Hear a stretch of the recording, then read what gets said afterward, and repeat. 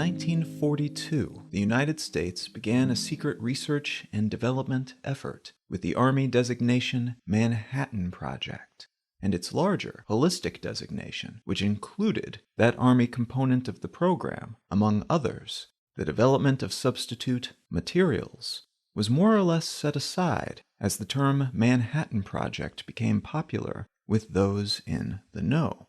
So there was, technically, a different name for the whole of this R&D project, but that smaller component of it ultimately came to lend its name to the whole thing.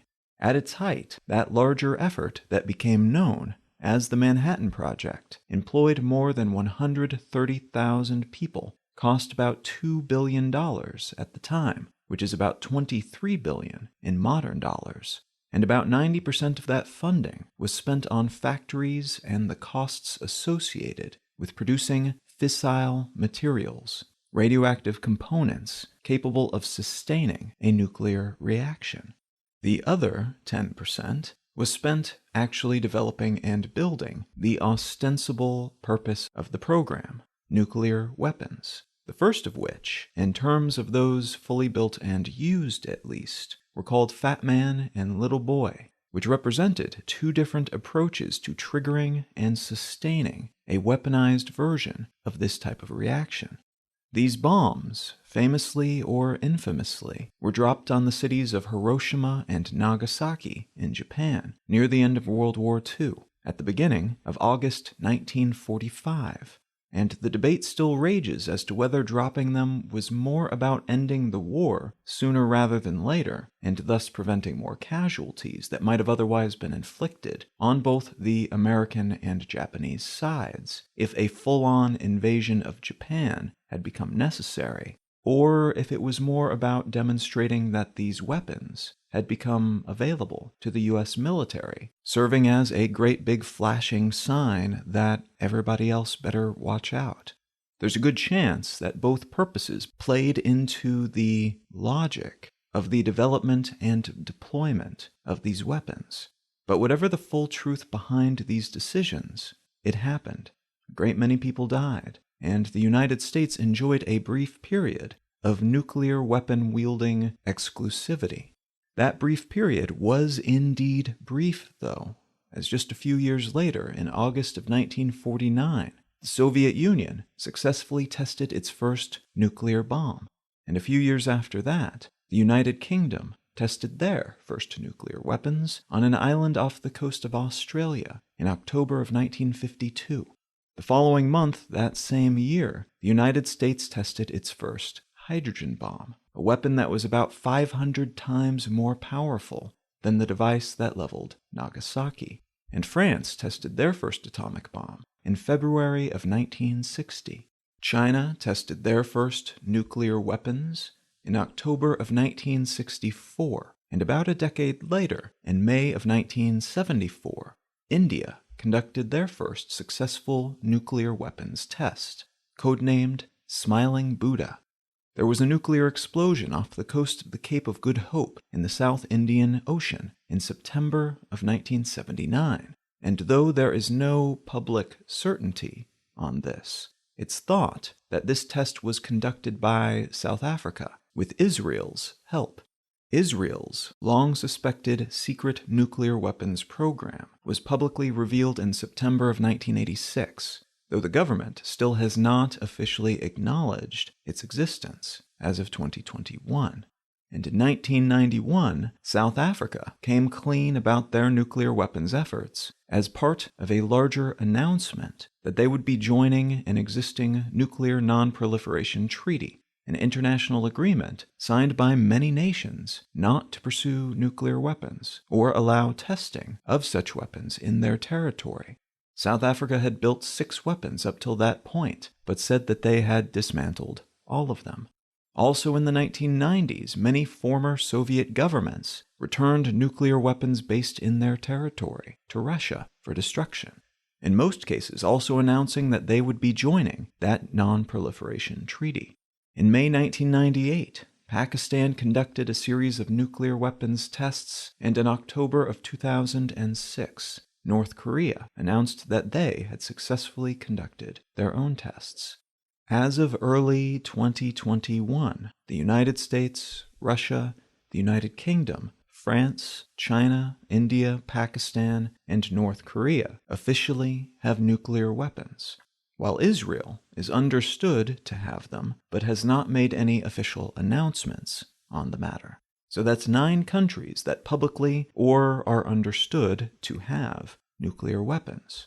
On the other side of this coin, 189 United Nations member states, alongside 2 observer entities, the Holy See, run by the Vatican, and the State of Palestine, have all signed the Treaty of the Non-Proliferation of Nuclear Weapons, which is the official name of that earlier mentioned Nuclear Non-Proliferation Treaty, which was formed to help staunch the spread of nuclear weapons around the world, though North Korea withdrew themselves from that treaty in 2003. Iran threatened to withdraw in 2020, and 4 United Nations member states, India, Israel, Pakistan, and South Sudan, have never signed on to the treaty.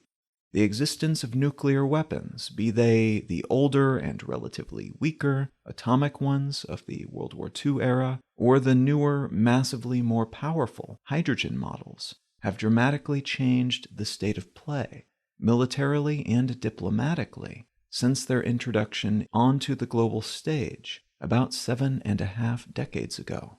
What I'd like to talk about today are some of the discussions being had in contemporary times about nuclear weapons in a general sense, and how one country is bucking the dominant global trend in deciding to increase the size of their nuclear warhead arsenal.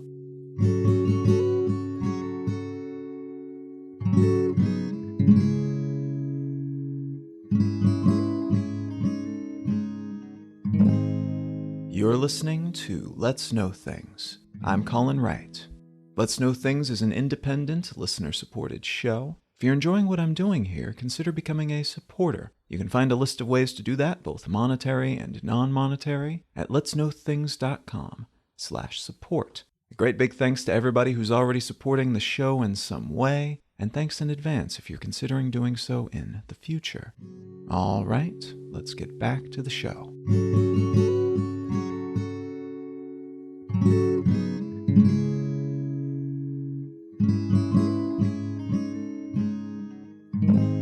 The article I'd like to start with today comes from the Washington Post, and it's entitled "Boris Johnson's Vision for Post-Brexit Global Britain Includes More Nuclear Weapons." This piece is focused on a recent declaration by the Prime Minister of the United Kingdom, Boris Johnson, about the government's intentions for the next decade or so, in terms of boosting international trade and reinforcing the United Kingdom's, by some measures, depleting stockpiles of soft power internationally.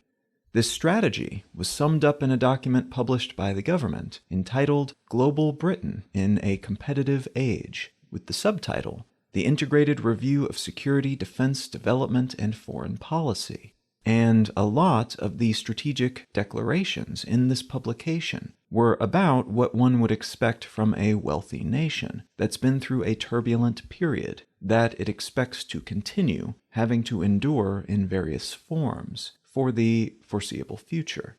A lot of indications that they are aware of the challenges that they face, declarations about how they will address those challenges, and a rough indication of what it will cost to do so, and how those costs will be handled. One big surprise tucked within the pages of this document, though, was that the government intends to increase the cap on the number of nuclear warheads deployed on the Royal Navy's Trident-class submarines. At the moment, they maintain a maximum of 180 nuclear warheads that can be fired from these submarines. But this document indicates that they would increase that number by over 40%, up to 260. The UK officially has around 200 nuclear warheads at the moment, and the government has previously said that it will get that number down to 180 by the mid-2020s. That previous announcement was generally in line with other nuclear weapon-related announcements from other wealthy nuclear-armed nations over the past several decades. From the end of the Cold War onward, de-weaponization has been the name of the game, except for newcomers to the nuclear weapons club, like North Korea, which has been conducting a lot of tests and making a lot of announcements about the fairly rapid increase in the size of its nuclear arsenal. When asked about this seemingly out-of-step move on the part of the government, the British Foreign Secretary Dominic Raab said that the UK needed to maintain a minimal level of credible nuclear deterrence, calling nuclear weapons, quote, the ultimate guarantee, the ultimate insurance policy against the worst threat from hostile states, end quote.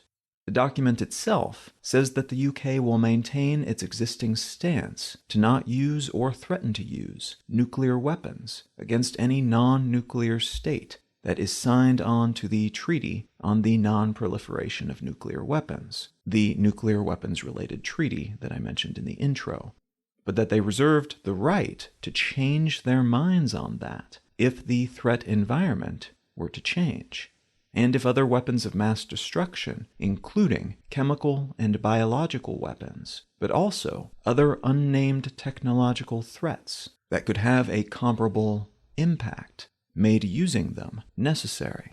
When asked about this point in the document, the UK government said that the decision to increase their on-hand number of nuclear warheads was, quote, in recognition of the evolving security environment, including the developing range of technological and doctrinal threats, end quote, which, according to analysts, could mean anything from a weaponized virus to a dirty bomb to some kind of large-scale hack on public infrastructure. In any of those cases, then, there's a chance that Britain could consider using nukes as part of their counterattack.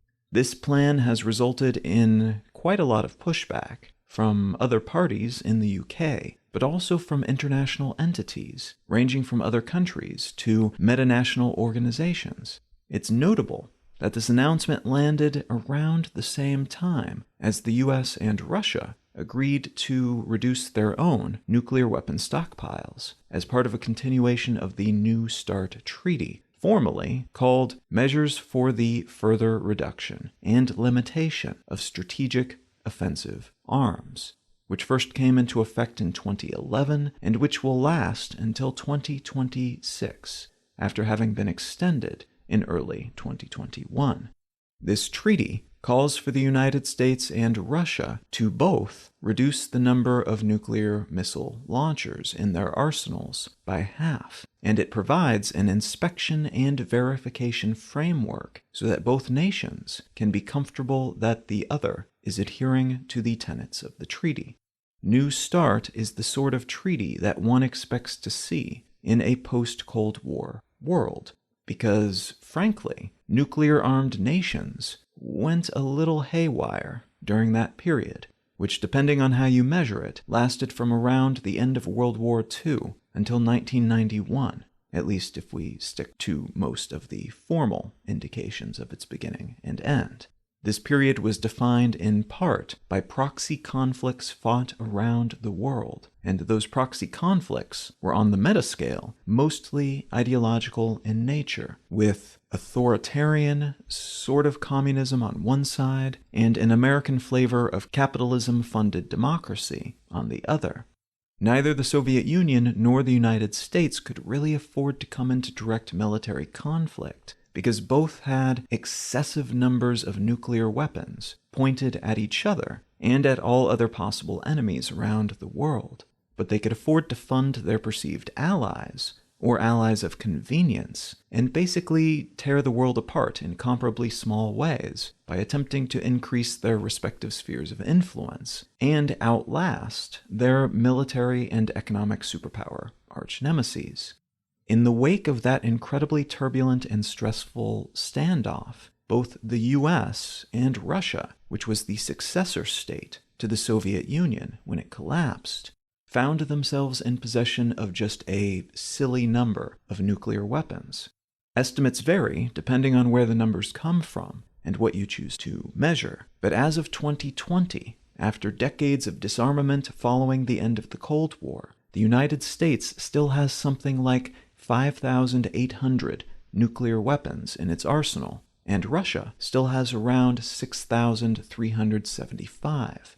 For comparison, China has about 320 nuclear weapons. France has about 290. The UK is thought to have just over 200. Pakistan has around 160. India around 150. Israel is thought to have something like 90 nuclear weapons. And North Korea is currently estimated to have something like 30 to 40 operational nuclear weapons. At any given moment, the majority of the world's nuclear weapons are either retired or stockpiled. The retired ones, in the process of being decommissioned, but still intact and theoretically still dangerous and available to be used until they are finally fully dismantled, while the stockpiled ones are divvied up and available for deployment, but not currently deployed on some kind of launch vehicle. The US and Russia only have about 1,300 to 1,400 deployed nuclear weapons each, and we don't know with any real resolution about the rest of the nuclear-armed world because they are not privy to most of the larger bipolar US-Russia disarmament treaties that require such divulgences on a semi-regular basis. All of which is to say, there are currently around 3,000 nuclear weapons actively pointed at potential targets today. And there may be substantially more than that, depending on how and where all those other non-US, non-Russian countries have theirs deployed, and whether or not the US and or Russia is being sneaky about deploying more than they're supposed to, according to the rules of these treaties, which is not outside the realm of possibility. The overarching international military landscape is typically more favorable to nations that have nuclear weapons, because in theory at least, they can't really be invaded and conquered by another nation-state. Because if the US or Russia, for instance, was ever to be invaded or seriously threatened militarily by a neighbor, they could just nuke that neighbor, and the consequences would almost certainly be more severe in that case than the benefits for the invading party. As a result, those nations that have nukes have a major whammy on everyone else, at least in terms of defense. The offensive capabilities of nukes, so far at least, have been largely moderated because of international agreements and norms that were put into place after the US dropped those 2 atomic bombs on Japan at the end of World War II. In theory, there are cases in which the use of nuclear weapons would be superior to the use of conventional weapons. That's just in terms of doing the math for loss of lives on both sides, the amount of destruction, the duration of a conflict, and other things like that. But breaking with that post-World War II universally adhered to trend of not using nukes offensively would come with all sorts of other consequences, almost certainly making the world a much more dangerous place, while also making whomever broke with that convention and international law a pariah to essentially everyone else on the planet. So although nuclear-armed nations could technically just nuke their enemies instead of engaging in traditional conflict, it has not ever, yet at least, made sense to do so, because they would almost certainly be cold-shouldered by the whole world and would likely become the target of nukes themselves. And because of this, it's difficult to imagine a non-self-defeating use case for nukes, other than nuking someone who nuked someone else first, or using nuclear weapons in a last-ditch defensive effort against an otherwise undefeatable enemy. For all current intents and purposes, then, nukes are only maybe somewhat useful offensively for saber-rattling purposes. Threats, basically. Words, not actions. But then, because everyone knows that these nukes are not really useful for most purposes, their utility even as threats is arguably quite limited. It's a threat that no one could afford to go forward with. And this, again, is why increasing the UK's military cap on nuclear warheads seems like a fairly bizarre, anachronistic proposition to so many people. Sure, you want to maintain a credible deterrence with the nuclear weapons you have on hand, so that no one would dare attack you at home. But does 260 seem that much more threatening than 180 nuclear weapons? I'd be very curious to know how they came up with that number and what math they did to determine that 260 nuclear weapons in the stockpile makes them seem like a less appealing invasion target compared to 180. That said, we are entering a moment in which, according to some theorists at least, there are heightening international tensions, and the chances of a military flare-up, particularly between nuclear-armed nations, will be greater than they have been for several decades, and that will remain the case for at least another decade into the future. The basis of this theory, which one analyst has called the Decade of Concern, is that the 2020s will already be a period of heightened international tensions because China has been surging economically, politically, and militarily for decades, but is now approaching a moment in which the bulk of that surge will have slowed, as is normal for countries that reach a certain level of wealth and scale. And they are now, for a variety of reasons, focusing on reinforcing their influence and power, and knocking potential opponents and threats from their respective pedestals. They are also very keen to keep things secure and under central control at home, hence their recent efforts to get democracy-loving Hong Kong under heel, and their presumed near-future determination to do something of the same in Taiwan, which they claim as their territory, but Taiwan claims otherwise, with the support of most Western countries, including the United States, which has said that it would defend Taiwan against invasion from China if it ever came to that. That promise is thought to be one of the more likely sparks that could set off a conflagration of World War proportions in the 2020s, and part of what makes this specific potentiality more likely is that the U.S. is entering a period in which their military forces are no longer as obviously unmatched, but the upkeep on their earlier investments militarily is still being paid, and the next step iterations of those tools and systems will not be in place until sometime in the 2030s. In other words, the U.S. is still the dominant global military force, but not as much as it was 10 years ago. And the costs are higher than the benefits relative to what some other countries like China are enjoying with their militaries. Their forces and infrastructure are a lot cheaper, a little bit fresher and newer, and have been optimized to counter the biggest advantages that the U.S. military currently enjoys. Thus, we have a 10-year-ish period in which the United States will be relatively weaker than usual, burdened with tons of expenses that don't directly lead to more military might, and not yet able to deploy technologies and systems that utilize all of the whiz-bang new innovations and tools that they've been working on in the meantime. China, on the other hand, is expected to be at the opposite end of the spectrum during this decade, reaching an apex of growth-related power and potency, economically and militarily, right before the seemingly inevitable plateau period of growth sets in. So from roughly 2030 onward, they will still be getting stronger, but not as quickly as before, which means their strength relative to the United States will likely be higher during this decade than during any future decade, if current trends continue and those expected trajectories play out.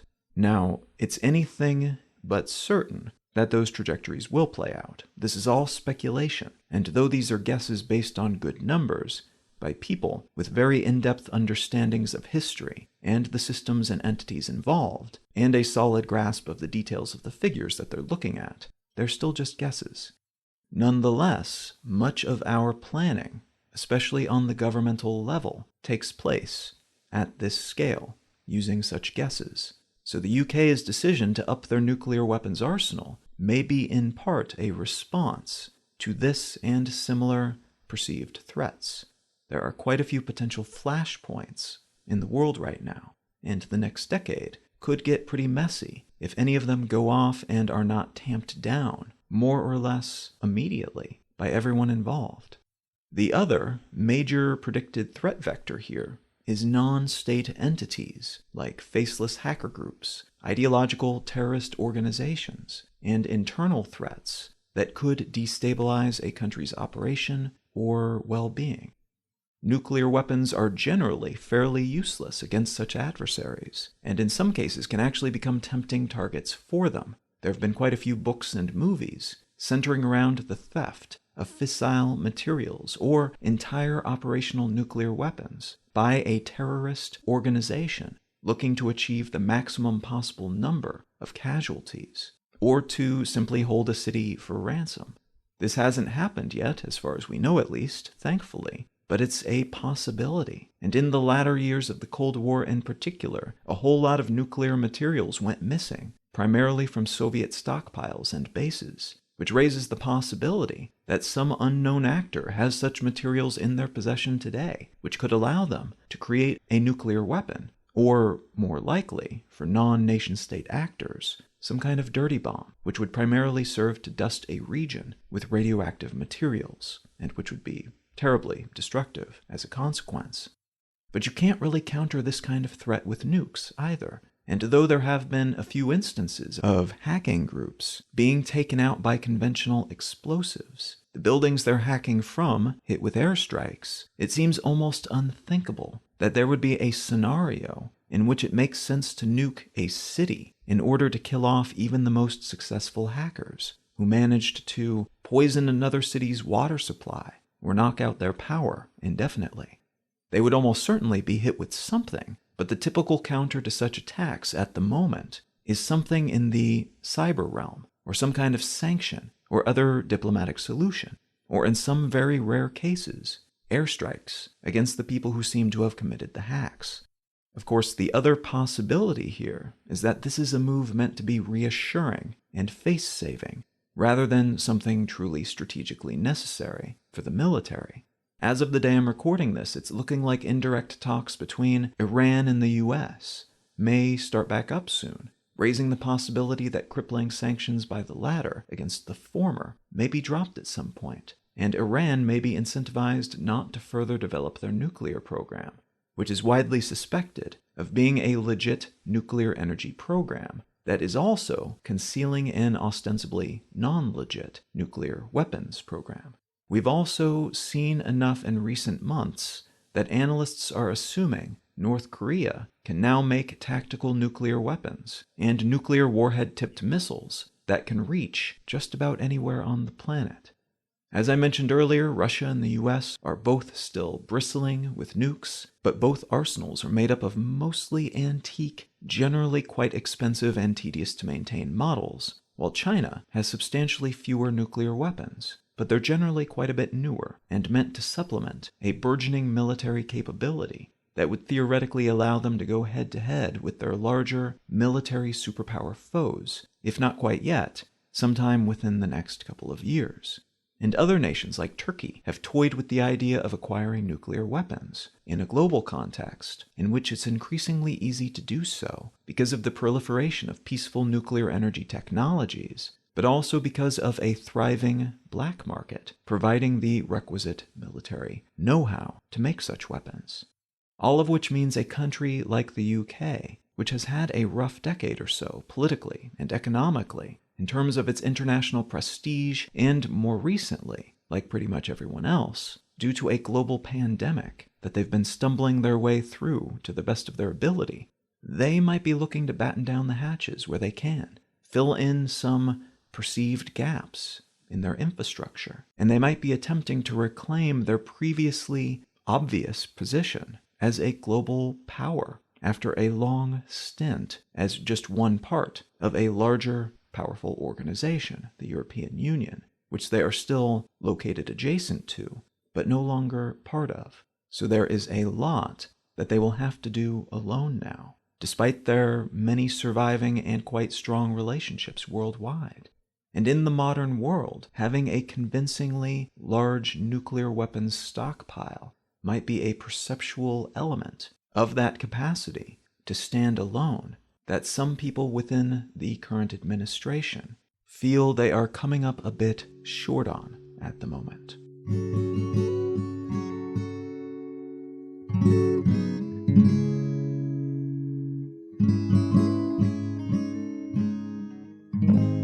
If you're finding some value in what I'm doing here, consider becoming a supporter of the show.